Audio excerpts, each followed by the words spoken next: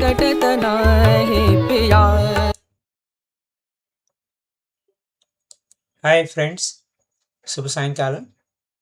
కార్తీక మాస ధ్యానం, రాత్రిపూట ధ్యానం స్వాధ్యాయంలో కార్తీక మాస ధ్యానం చేస్తూ వస్తున్నాం.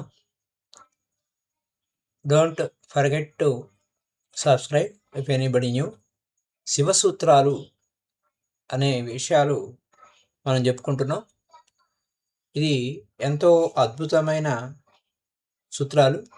ఇందులో చాలా నిగూఢమైనటువంటి సత్యాలన్నీ ఆధ్యాత్మిక జిజ్ఞాసువులు ఎవరైతే ఉన్నారో వారికి చాలా ఇంపార్టెంట్ అన్నమాట. ఈ యొక్క శివసూత్రాలు, శివుడు చెప్పినటువంటి సూత్రాలు చాలా అద్భుతమైనటువంటి సూత్రాలు. ఈ సూత్రాలు వినడం అనేది మనలో ఉన్న అజ్ఞానాన్ని తీసివేసేదానికోసం. ఇక చైతన్యమే ఆత్మ, చైతన్యమే ఆత్మ అనే దానికోసం వచ్చేసరికి, ఆత్మ అంటే మనకు ఏమిటి మీనింగు అంటే అది నీ సొంతం. నీ సొంతము, నాది అనేది ఏదైనా ఉంది అంటే అది ఆత్మే. యాక్చువల్గా నాది అనేది దేని గురించి మనం అనుకుంటామంటే, నాది ఓ పలానా వాడు నావాడు, నా నా తండ్రి, నా తల్లి, నా పిల్లలు, నా భార్య, నా భర్త, నా పొలము, నా భూమి, నా పుట్ర, నా కొంపాగు, నా గూడు, ఇంకా ఎన్నెన్నో ఉంటాయి నాది నాది అనేది. కానీ అవేవి నీ కాదు. ఏది నీది అది ఎప్పటికీ వేరేవేవి నీవి కావు. నీ ఆత్మే నీది, అదొక్కటే సొంతం. అది నీ ఆత్మ తప్ప ఇంకా వేరేది ఏది నీ సొంతం కాదు. ఆఖరికి మరణం కూడా నీ ఆత్మను చంపలేదు, మరణం కూడా ఎత్తుకెళ్ళలేదు. నీ నుంచి వేరు చేయలేనిది ఏదైనా ఉంది అని అంటే ఆత్మ ఒకటే. ఆత్మే, అస్వయమే. అది అక్కడున్న అద్భుతమైన పాయింట్. నీ చైతన్యమే ఆత్మ. ఆత్మ అంటే అది నీ సొంతం. మిగతావి ఏమి నువ్వు నా సొంతం నా సొంతం అని నువ్వు ఎంత చెప్పుకున్నా, నా స్నేహితులు, నా ప్రియమైన వారు, నా కుటుంబము, నా యొక్క సంపద, లేకపోతే నా పేరు ప్రఖ్యాతలు, నేను ఒక గొప్ప హై పొజిషన్లో ఉన్నాను, నేను గొప్ప మహాచక్రవర్తిని, ఇవన్నీ మోసం. ఎందుచేత మోసం పోతావు? ఏదో ఒక రోజు సంప్రాప్తే సన్నిహిత కాలే, ఏదో ఒక రోజు ఆ మరణం ఆసన్నమైనప్పుడు ఇవన్నీ తీసి ఇసిరి ఆతలు కొట్టేస్తాం, నీ నుంచి బయటకు ఆతలు పడేస్తాం. అప్పుడు మరణము డెసిషన్ ఫ్యాక్టర్ అన్నమాట. అక్కడ మరణం ముందు నువ్వేమి ఉన్నావు, నీదేముంది అయ్యా అంటే నీ సొంతం ఏది ఉందంటే నీ ఆత్మే. నీ ఆత్మ నేనేం చేయలేదు, అందుకే మరణమే లేదు నీకు. నీ నుంచి మిగతావన్నీ తీసేస్తుంది. నా స్నేహితులు అన్న వాళ్ళని తీసేస్తుంది, ఫ్రెండ్స్ అన్న వాళ్ళని తీసేస్తుంది, నా ప్రియులు అన్న వాళ్ళని తీసేస్తుంది, నన్ను ప్రేమించిన వాళ్ళని అందరిని తీసేస్తుంది, ఫ్యామిలీని తీసేస్తుంది, సంపద తీసేస్తుంది, పేరు ప్రఖ్యాతులు తీసేస్తుంది, సంపద, పదవి. నేను గొప్ప ఎంపైర్, గ్రేట్ ఎంపైర్ నాకుంది, గొప్ప సామ్రాజ్యం నాకుంది, నేను ఫలానా చక్రవర్తిని, లేకపోతే ఫలానా దేశానికి ప్రెసిడెంట్ని, ఇవేమి లేదు. అన్నీ ఆ మరణ మాసన్నమైనప్పుడు విసిరి అవతల బారేస్తుంది. అప్పుడు ఆ మరణం రావడం వలన నీకేం తెలుస్తుంది అంటే, మరణం సంభవించినప్పుడు ఏది నీ సొంతము అనేది తెలుస్తుంది. అది సొంతం ఏదైనా ఉంది అంటే అది నీ ఆత్మే. Who is your own? Who is the stranger అంటే మిగతావన్నీ వింత పదార్థాలే. అవన్నీ అందుకోసమే కస్వం కోహం కుతాయాత, ఎవరు నువ్వు, ఎక్కడి నుంచి వచ్చావు, కామే జనని కోమే తాత అని జగద్గురు శంకరాచార్య భజగోవిందంలో అడుగుతాడు. ఎవరు నీ తల్లి, ఎవరు నీ తండ్రి, ఎక్కడి నుంచి వచ్చావు, ఎక్కడికి నువ్వు పోతున్నావు? ఇదంతా స్వప్న విచారం. It's only dreaming, you are dreaming. ఆ కళ్ళలో నీకు అన్నీ నాది నాది నాది నాది అని ఆరాట పడిపోతూ ఉన్నావు. Still you are dreaming. అది ఎంత విచిత్రమైన విషయం అంటే అసలు నాది అన్న పదం వచ్చిందంటే చాలు ఊగిపోతూ ఉంటారు పూనకం వచ్చినట్టు. నాది నాది అన్న ఐడియాలో ఏంటయ్యా అంటే వేరేవాడు నావాడు, నా సొంతం అని. ఇది ఎంత పెద్ద టైం వేస్ట్ ప్రాసెస్ అంటే అంత టైం వేస్ట్ ప్రాసెస్. జన్మలు ఈ విధంగా వృధా చేసేస్తున్నాం అన్నమాట. అనేక జన్మలు ఇలా వృధా చేసుకుంటూనే వస్తున్నాం, వేస్ట్ చేసుకుంటూనే వస్తున్నాం. పైగా నీకు చాలా టైం ఇవ్వబడింది కళ్ళగంటానికి, కళ్ళగంటూనే ఉన్నావు. లే, నిద్ర లే, మేల్కో. నువ్వు మేల్కుంటే చాలు. ఇదంతా నిద్రరా, ఇదంతా స్వప్నము, ఇదంతా నిద్ర నుంచి మేల్కో. నీ సొంతం ఏమీ లేదు, ఏది నీ సొంతం లేదు, నీ ఆత్మ ఒక్కటే సొంతము. నిద్ర నుంచి మేలుకో. నువ్వు నిద్ర మేలుకుంటే చాలు. ఇప్పుడు నాది అని చెప్పి ఒక టైం వేస్ట్ చేసుకుంటూ ఉండే ఆ సమయంలో చక్కగా మోక్షాన్ని సాధించుకునేవచ్చు. నాది నెంపర్లాడుతూ జీవితం అంతా అల్లాడిపోతూ అనేక జన్మలు ఈ విధంగా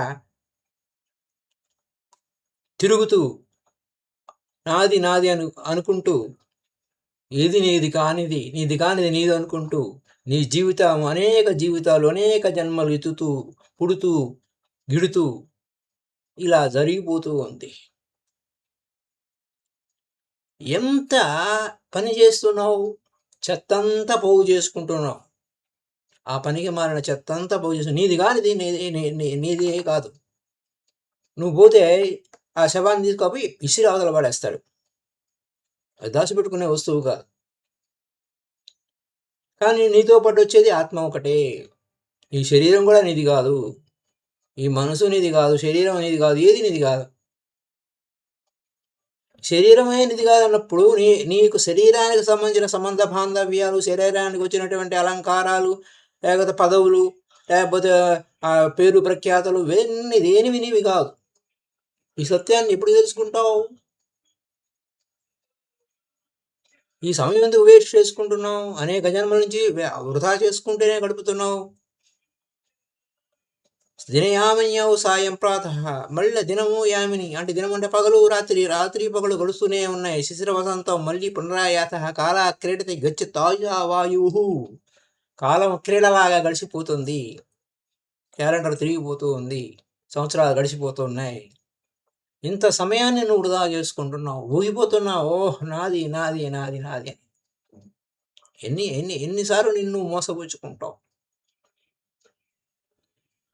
సో మై డియర్ ఫ్రెండ్స్, ఇది కీ పాయింట్. ఏది నీది అంటే ఆఖరికి మరణము కూడా నిన్ను జయించలేదు. అందుకోసమే ఒప్పుకోవద్దురా ఓటమి అనే అటువంటి ఒక సిరివెన్నెల గారి పాట ఉంది. ఎన్నడూ ఒప్పుకోవద్దురా ఓటమి.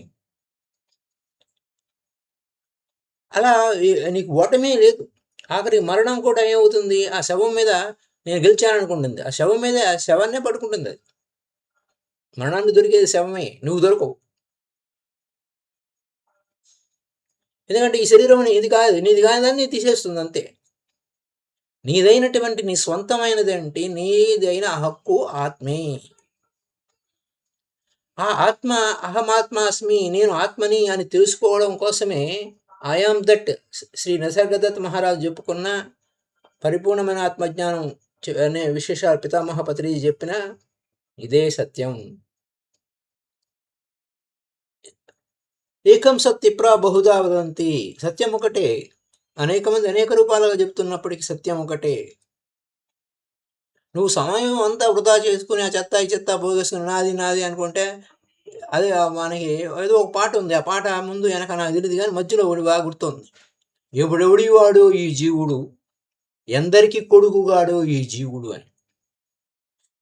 చూడండి, ఎందరికి కొడుకుగాడో ఈ జీవుడు, ఎందరిని నవ్వించాడో ఎందరిని ఏడిపించాడో వీడు.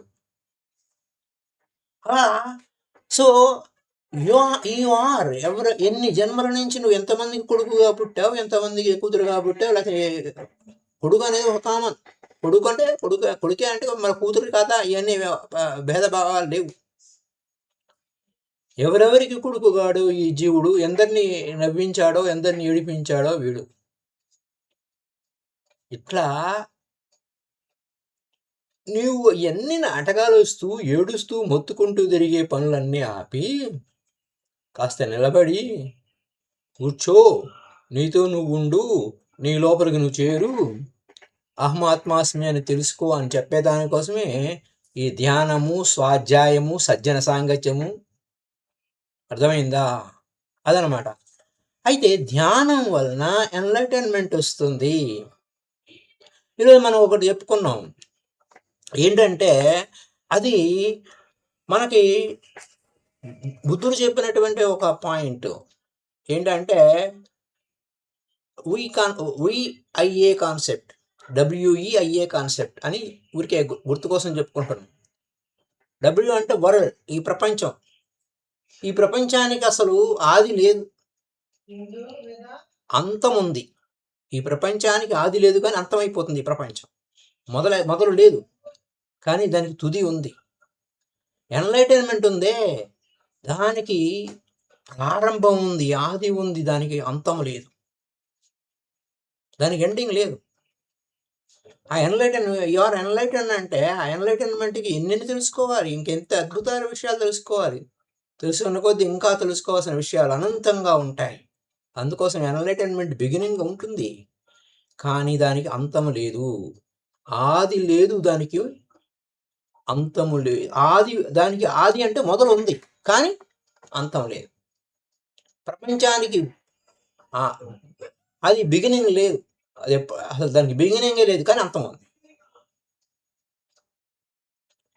అలాగే మనకి అజ్ఞానానికి బిగినింగ్ లేదు కానీ అజ్ఞానం నశిస్తుంది. ఈ ప్రపంచం నశిస్తుంది కానీ అవేర్నెస్ ఉంది. అవేర్నెస్ మొదలయ్యిందంటే అది ఎప్పటికీ శాశ్వతమే, ఎండింగ్ లేదు, ఎటర్నల్. ఆ ఎన్లైటన్మెంట్ ఎటర్నలే. బిగినింగ్తో స్టార్ట్ అయితే చాలు, యూఆర్ ఎన్లైటెన్, మేల్కొంటే అయిపోయింది, నిద్రంతా వదిలిపోయింది. ఎన్ని జన్మల నుంచి నువ్వు నిద్రపోతున్నావు, యూఆర్ డ్రీమింగ్ అంటే నువ్వు మేల్కొంటే చాలు, అక్కడంతా పోయే. అందుకోసమే నీ సొంతమేదో నీ దాన్ని నువ్వు పట్టుకోనైనా అని చెప్తున్నాను. సో ఇది కేవలం నీకు మాత్రమే చెప్పబడినటువంటి కీ పాయింట్. ఇంకా వేరే రిలేషన్షిప్ ఏం లేదు నీకు. అంటే ఎవరికి వారికే, శివుడు చెప్పిన సూత్రం ఎవరికి వారికే, ఎవరి ఆత్మ వారికే సొంతము, అదొక్కటే సొంతము, ఇంకేది సొంతం కాదు. అనుకున్నావా, ఏడ్చుకుంటావు, మొత్తుకుంటావు, తిరుగుతూనే ఉంటావు అనేక జన్మల నుంచి. ఈ కథ నడుస్తూనే ఉంది. ఎన్ని జన్మలు ఇలా ఏడుస్తూ మొత్తుకుంటూ తిరుగుతూ ఉంటావు. ఎవరు no one and except yourself belongs to your reality. నీ వాస్తవికత ఏది ఉందంటే అది నీకు నువ్వే. నీ వాస్తవికత నీకు నువ్వే, నీ స్వయమే నీ వాస్తవికత, రియాలిటీ, నీ వాస్తవము. ఇంక వేరెవ్వరు నీ వాస్తవం కాదు, ఎవరి రియాలిటీ వాడిదే. అందుకోసమే you create your own reality అనే డైలాగ్ ఉంది. నీ వాస్తవాన్ని నువ్వే సృష్టించుకోండి, ఎవడి వాస్తవాన్ని వాడే సృష్టించుకుంటాడు. ఇది ఈ సూత్ర అనేది గొప్ప రెవల్యూషనరీ సూత్ర. మిగతావన్నీ ఎన్ని లేని బంధాలు కల్పించుకొని, లేని తెగుళ్ళు, నాకు ఆ రోగమని ఈ రోగమని తెగుళ్ళు కల్పించుకొని చేతకానితనం గురించి నిన్న మనం చెప్పుకుంటూ ఉన్నాం. ఎంతంత చెప్పుకుంటున్నాము. ఆ కాశ్మీర్ శివయోగి మరి ఆయన చెప్పినటువంటి ఆ సూత్రాల గురించి చెప్పుకున్నాం. ఎంత ఉంది మై డియర్ ఫ్రెండ్స్. ఇదంతా ఇతరులతో సమస్య లేదు నాయన, నీ ఒక్కడే, నీకు నువ్వే సమస్య. అప్పో నీ దీపాన్ని నువ్వే వెలిగించుకో, నీ లోపలికి నువ్వు చేరుకో. అది అక్కడ నా పాయింట్. సో నాది నాది ఇంకా ఈ నాది అనే దగ్గరకు వచ్చేసరికి ఈ సొసైటీలో మనకి ఎన్ని అడ్డుగోడలు, లేదా సొసైటీ ఎన్ని సౌకర్యాలు కల్పించిందంటే మైండ్ ఏం చెబుతుంది, అది ఆ కులము ఉంటుంది, లేకపోతే వాడు గ్రామం, వాడు పల్లెటూరుడు ఉంటుంది, లేకపోతే ఫలానా క్యాస్ట్ వారి మా వాళ్ళు ఉంటుంది, ఆ ఫలానా గ్రామం వాళ్ళు మా గ్రామం అది అంటుంది. ఈ విధంగా నాది మాది అనేటువంటి possessive attitude in on display board మీద, ఇది నా ఆస్తి, నా ఆస్తి వివరాలు, నా కుటుంబ సభ్యులు, నా గ్రామము, నా దేశము, నా మతము, నా కులము, ఇది మనకి ఈ సొసైటీ, ఈ సంఘం కల్పించిన సౌకర్యాలు. ఇదంతా అవుతుంది, ఏమీ లేదు. మరణం సంభవించినప్పుడు ఏది కులము, ఏది మతము, ఏది దేశము, ఎవడిని వాడు సంప్రాప్తే సన్నిహితకారే నహి నహి రక్షిత డుక్రిని కరణే అని. అది మరణం ఆసన్నమైన ఉన్నప్పుడు ఏ పాండిత్యము నిన్ను రక్షించలేదు. నాది అనుకున్నది ఏది నీదిగా, నీ ఆత్మే నీది, అది మరణం కూడా ఎత్తుకుపోలేనిది. So my friends, so freedom from other society, freedom from other అంటే ఎవరు లేరు నాయన. ఎందుకు ఊరికి అనవసరంగా ఎన్ని జన్మల టైం వేస్ట్ చేసుకున్నావు, నీ జీవితం అంతా వేస్ట్ అయిపోయింది. You will have wasted that much life. అనేక ఎన్ని జన్మలు వృధా చేసుకున్నావు. దిస్ ఆ క్వశ్చన్ మార్క్. ఆధ్యాత్మిక సత్యం ఏం చెబుతుందంటే, నాది అంటానికి ఏది లేదు. నిర్మమో నిరహంకార అని భగవద్గీతలో చెప్పేసరికి అది సంస్కృతంలో చెప్పాడు, మంది కాదు అనుకుంటాడు, లేదా అర్జునుడు చెప్పాడు, మంది కాదు అనుకుంటాను. నాది నా మాలు తీసేయన్నాడు. నా మా అంటే నాది మాది అని తీసేయరని ఆయన అన్నాడు. నిర్మమో నిరహంకార, అది తీసేయి. అది ఆధ్యాత్మిక సత్యం ఏం చెబుతుంది, నాది అనే పదమే లేదయ్యా. అది నీ సొంతం ఏదైతే ఉందో, నాది కాదు. నీ సొంతం ఏముందో చెప్పు. నీ సొంతంగా ఉన్నది ఏంటి? నా సొంత భార్య, నా సొంత మొగుడు, నా సొంత పిల్లలు, ఈ సొంతం ఎంత ఏం లేదు. అంత జాంతానే యువర్ ఓన్ సెల్ఫ్, నీ ఆత్మే నీ సొంతము. అది అక్కడున్న విషయం. నీ ఆత్మే నీ సొంతం. అది ఎప్పటికీ శాశ్వతం. నా జన్మ నా మృత్యువు. దానికి జన్మ లేదు, మృత్యువు లేదు. చూడండి ఎన్ని సౌకర్యాలు ఉన్నాయి దానికి. ఒకటే సౌకర్యం, నా జన్మ నా మృత్యు. ఇక్కడికి వచ్చి వేషధారణ వేయడానికి వచ్చావు, నానాటి బతుకు నాటకంలో లాగా. కానీ ఇక్కడికి వచ్చి నాది మాది అని చెప్పి కొట్లాడుకుని వస్తున్నావు. పుట్టినప్పుడు నీ ముఖం అంతా క్లీన్గా ఉంటుంది. నీ ముఖం మీద ఒక ముద్ర వేస్తాడు, ఇది నీ కులము, ఇది నీ మతము, ఇది నీ పేరు, ఇది నీ దేశము, ఇది నీ దేశపు జెండా అనగానే దాన్ని పట్టుకుని జీవితాంతం పడి ఏడుస్తూ కొట్టుకుని చస్తూ ఉంటాం. సత్యం ఎప్పుడు తెలుసుకుంటావు? మై డియర్ ఫ్రెండ్స్, నీ జీవితం నిన్ను ఉద్ధరించుకుంటే, ఆత్మనో మోక్షాయ జగతీతాయ చ అంటే నిన్ను ఉద్ధరించుకుంటే మొత్తం ప్రపంచానికి అంతా మేలు చేసిన వాడు అవుతావు. అదే సేవ, అసలైన సేవ. ఈ ప్రపంచానికి నువ్వు ఏదైనా మేలు చేయగలిగేది ఇది ఒకటే. నీ సొంతం, నీ ఆత్మ ఒకటే సొంతం అని తెలుసుకుంటే చాలు. ఏది నీ వెంట రాదని సంగతి తెలుసుకునే ఎరుకుతో ఉంటే చాలు. హాయిగా స్వేచ్ఛగా విహరిస్తావు.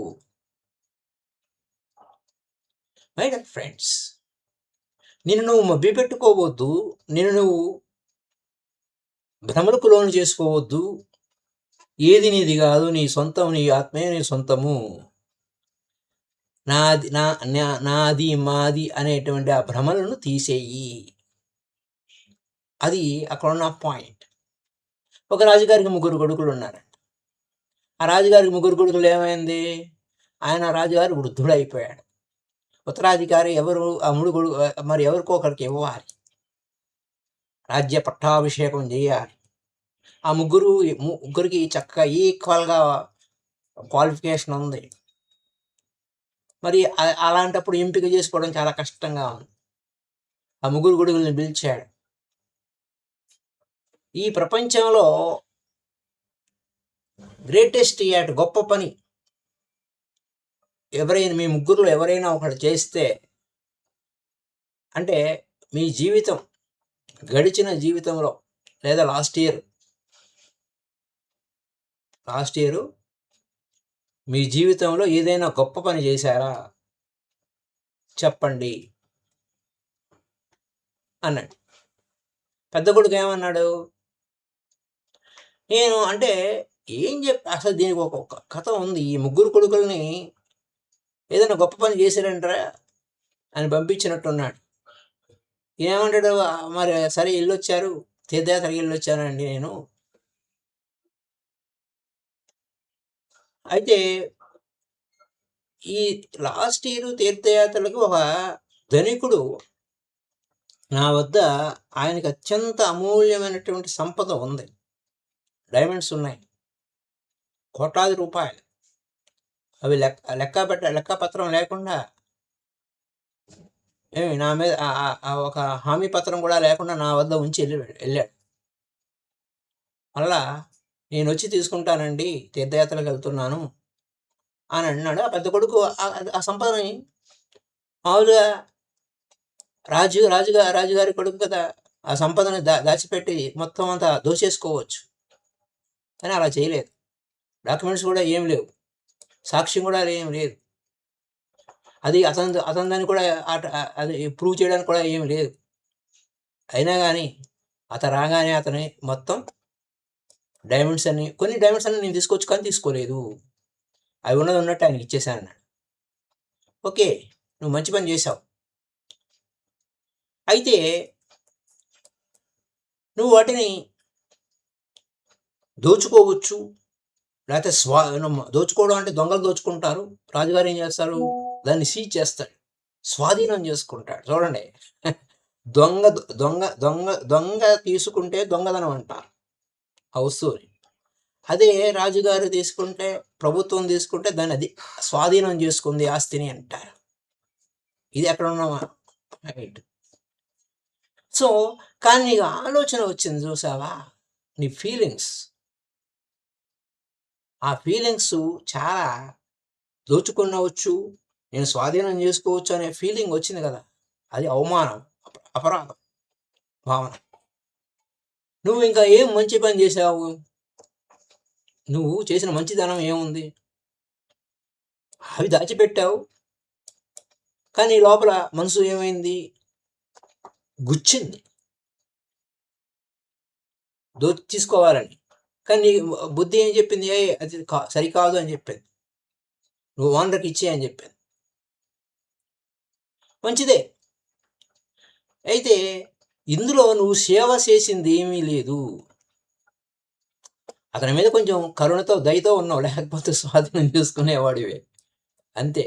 Kind to your own self. Actually you are only being kind to yourself, your own self. నీ మర్యాదలు పోతాయనే ఉద్దేశంతో నీకు నువ్వు కైండ్గా ఉన్నావు. ఇందులో నువ్వు పెద్ద సేవ చేసింది ఏమి లేదన్నాడు. మొదటివాడు అయిపోయాడు, ముగ్గురు కొడుకులు కదా, మొదటివాడు అయిపోయాడు. రెండోవాడు వచ్చాడు. ఆయన రెండోవాడు కొంచెం దిగులు పడుతున్నాడు. నేను ఒక సరస్సు లేదా పెద్ద చెరువు గట్టున అలా వెళ్తున్నా. సాయంత్రం అయింది, ఎవరు లేరు, ఎవరు మునిగిపోతున్నారు, అరుస్తున్నారు. నేను అరుస్తుంటే ఆ అరుపులు వినకుండా వెళ్ళిపోవచ్చు. కానీ నేనేం చేశాను? అలా చేయకుండా ఆ యొక్క సరస్సులో దూకి, అలాగా చెరువులో దూకి ఆ పిల్లవాడిని రక్షించాను. ఆఖరికి నా ప్రాణాన్ని కూడా పణంగా పెట్టి అతను రక్షించానన్నాడు. ఓ, బాగానే చేసి మంచి పని చేశావు. అయితే నీ లోపల ఏమైనా ఫీలింగ్ వచ్చింది? ఈయన పట్టించుకోకపోతే పోయేది కదా అనవసరంగా అని అనిపించింది. అయితే ఆ మనిషిని ఆ ప్రాణాన్ని రక్షించావు. పైపెచ్చు out world you could have ignored. మామూలుగా నేను వాటిని వాడి అరుపులు పట్టించుకోకుండా సైలెంట్గా వెళ్ళిపోయి ఉండొచ్చు. కానీ చివరికి ఏమవుతుంది? ఆ పోయినవాడు, ఒరే నీకు శాతనవు, అందులో ఎవరు లేరు, నువ్వు నన్ను చూసి కూడా నన్ను రక్షించలేదే అని నీ వెంట పడుతుంది. వాడి ఆత్మ, వాడి దెయ్యం వచ్చి నీ వెంట పడుతూ ఉంది. ఆ భయంతో నువ్వేం చేశావు? వెళ్ళి నీ ప్రాణాన్ని పణంగా పెట్టి అక్కడ ఆ చెరువులో మునిగిపోతున్న వాడిని నువ్వు పైకి లాగావు. ఇది ఇందులో పెద్ద విషయం ఏం కాదు. నువ్వేదో పెద్ద సేవ చేశాను, ఎంత మంచి పని చేశాము అనే దానికి ఆ సేవ మీనింగే నీకు తెలియలే అని ఆ రెండో వాడు కొట్టేశాడు. మరి మూడో వాడు ఏమన్నాడు? మూడో వాడు ఏం చెప్పాడంటే, ఒకసారి నేను అడవికుండా వెళ్తున్నాను, అక్కడ ఒక మనిషి గాఢ నిద్రలో ఉన్నాడు. అయితే ఆ అడవిలో ఆ గాఢ నిద్రలో ఉన్నాడు ఎక్కడ ఉన్నాడంటే, ఒక ఎత్తైన కొండ ఉంది, ఆ కొండ అంచున పడుకున్నాడు వాడు. ఇంకెక్కడ స్థలం లేవాడికి. పెద్ద పర్వతం ఉంది, ఆ పర్వతం అంచున కరెక్ట్గా శిఖరం అంచున పడుకున్నాడు. పక్క తిరిగాడంటే రోజు పడతాడు, వాడు చచ్చిపోతాడు. తగాదు ఉంది లోపల. వాడి దగ్గరికి వెళ్ళా. అయితే వాడు చివరికి ఏమైందంటే, వాడు నా శత్రువు. అయితే వాడు ఆగర్భ శత్రువు. వాడు నన్ను రికగ్నైజ్ చేస్తే నన్ను చంపేస్తాడు. అయితే నేను వాడికి దొరకకుండా నేను సైలెంట్గా నియంత్రణ రావచ్చు. అయినా కానీ నెమ్మదిగా నేను గుర్రం మీద కూర్చున్నాను, దిగవచ్చు. నా అంతా నేను స్వయంగా వచ్చేయచ్చు. నేను ఆ పని చేయకుండా, అతను ఆవుల వైపుకి తిరగకుండా, పడిపోకుండా, వ్యాలీలో పడిపోకుండా నేను కాపలా కాశాను. మౌనంగా వెళ్ళాను. అలా పాక్కుంటూ వెళ్ళాను. ఒకవేళ నా శబ్దం విని కదిలి అటువైపు తిరిగి పడిపోవచ్చు. పైపొచ్చి వాడు పైగా చెడ్డవాడు. నేనేదో వాడు ప్రాణాన్ని రక్షిద్దాం అని అనుకుంటే వాడు నన్ను చూసి ఇంకా కోపం రావచ్చు, వాడికి అరుస్తూ వాడు ఏదైనా చేయొచ్చు. అటు ఇటు తిరిగే లోపల వాడు పడిపోవచ్చు, చచ్చిపోవచ్చు. నేను నెమ్మదిగా వాడిని లేపాను. అయినా కానీ వాడు తిడుతూనే ఉన్నాడు. అయితే ఏమని తిట్టాడంటే, నేను ఇక్కడికి వచ్చి ఆత్మహత్య చేసుకుందాం అనుకున్నాను, వీడు నన్ను అనవసరంగా నా వెంట పడ్డాడు, ఆఖరికి నా జీవితం కూడా ప్రశాంతంగా చచ్చిపోనివ్వలేదు నన్ను. బతికినంతకాలం వీడితో శత్రుత్వమే ఉంది, ఆఖరికి చచ్చిపోతున్నప్పుడు కూడా నన్ను విడిచిపెట్టలేదు అన్నాడు. ఇద్దరికన్నా మెరుగైన వాడివే, కానీ ఇందులో సేవాభావం ఏమీ లేదు, ఓన్లీ మొరాలిటీ ఉంది. నీ ఇగోని సాటిస్ఫై చేసావు. ఆ ఇగోని, ఈ అహంకారాన్ని సాటిస్ఫై చేసేటువంటి పనులు, నువ్వు ఏ సేవా కార్యక్రమాలు చేసినా, నేను ఎంత సేవ చేశాను అంత సేవ చేశాను, ఆ హాస్పిటల్ పెట్టాను, ఆ గుళ్ళు కట్టించాను, లేకపోతే ఆ మతపరమైన యాక్టివిటీస్లో పాల్గొన్నాను, ఇవన్నీ ఏవి సేవ కాదు. అది నేను రాజ్యాన్ని పరిపాలించడానికి ఇది అంత పెద్ద ఉపయోగపడదు.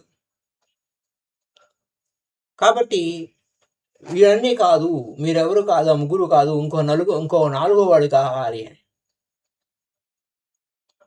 ఇది ఇక్కడ విచిత్రమైన ఇష్యూ మై డియర్ ఫ్రెండ్స్. ఆ నాలుగో వాడు తను తాను తెలుసుకున్నవాడు, అహమాత్మాస్మి అని తెలుసుకున్నవాడు, నాది మాది అని లేనివాడు. అది నిజమైన సేవ. నాది మాది అని భావన లేనివాడు, నావారు మావారు అనే భావన లేనివాడే రాజ్యాధికారానికి అర్హుడు. కేవలం నా సొంతం ఏదైనా ఉందంటే నా ఆత్మే నా సొంతం అని తెలుసుకున్నవాడే రాజ్యానికి అధికారి. నా రాజ్యము నాది నాది అనే అక్కడ అక్కడ ఏది అక్కడ సమ్ కైండ్ ఆఫ్ సర్వీస్ ఉండొచ్చు, సర్వీస్ ఉంటుంది. కానీ ఇక్కడ ఏంటంటే అది రాజ్యానికి సంబంధించినటువంటి వాళ్ళంతా చేస్తారు, కానీ నీ ఇగోకి ఫుల్ఫిల్లింగ్కి ఇగోకి ఉండకూడదు. అక్కడ ఇగో లేకుండా ఉండాలి, సెల్ఫ్ అవేర్నెస్ ఉండాలి. సెల్ఫ్ అవేర్నెస్, అహమాత్మాస్మి అన్న ఎరుకలో ఉన్నవాడే అసలైన సేవకుడు, అసలైన సేవ. లేకపోతే నేను ఇలా చేశాను అన్ని, అలా చేశాను ఇలా చేశాను అన్ని ఎన్ని చెప్పినా అది సేవ కాదు.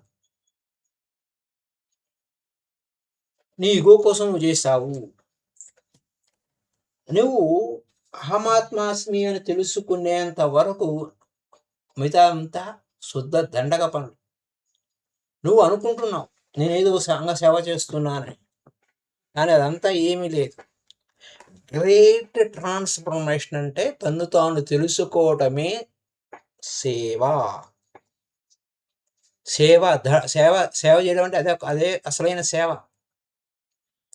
లేకపోతే అనేక జన్మల నుంచి ఈ శరీరం తనువులు మోసేడు ఎద్దుల మనముల తెలపంగవశమే అని అలా ఈ తనువులు మోసుకుంటూ ఈ కట్టెలు మోసుకుంటూ తిరుగుతూనే ఉంటాం అనేక జన్మల నుంచి. ఇది విషయం ఈ రోజుకి. Thank you very much. Happy night to you all. Will meet again. మళ్ళీ రేపటి ఎపిసోడ్లో తిరిగి కలుసుకుందాం. Thank you.